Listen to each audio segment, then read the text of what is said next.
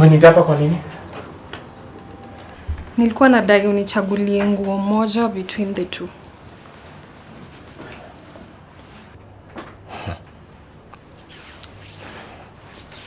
Akili yako inapiga mboka fiti.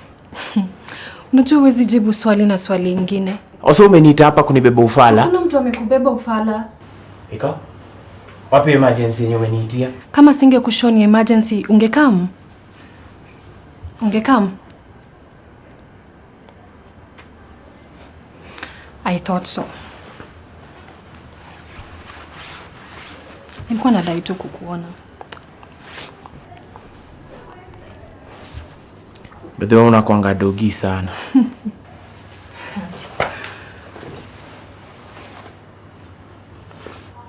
Tami nimekumiss pia.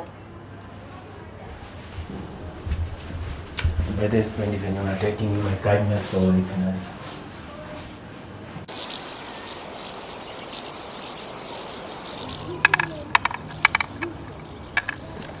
Wewe kwenda huko. Wewe unaning'ora wewe. Hakuna venye kulienda hivyo. So ni wewe ndio ulikuwa ama ni mimi?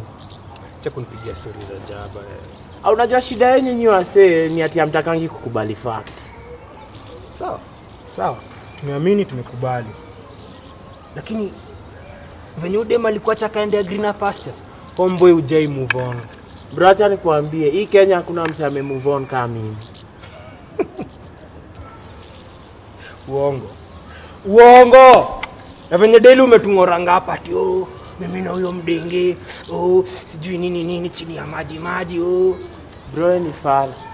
So na expect akitokea nichukue microphone nianze kutangaza ati mtu wangu ndio huyo, kujeni muone mtu wangu. Hapana. Bro mimi niko na heshima zangu, nisika wewe.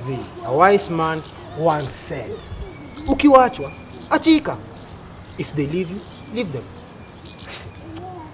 Alai bro uko na ufala mbaya sana. Na ndio maana nyi wase mtanyonga hadi ile siku mtadeli. Mimi ni nyonge. Homeboy ni nyonge. Bro by the way ungekuwa rapa wewe. Ungekuwa rapa ungeitwa Wank Master Flex. Acha nikushow mimi siwezi nyonga, nipeo dem nikushow. Nimzalishe.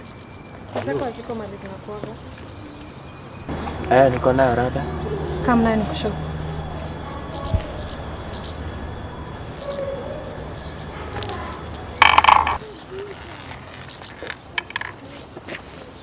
Hey Frank. Peana ki ama nipeane.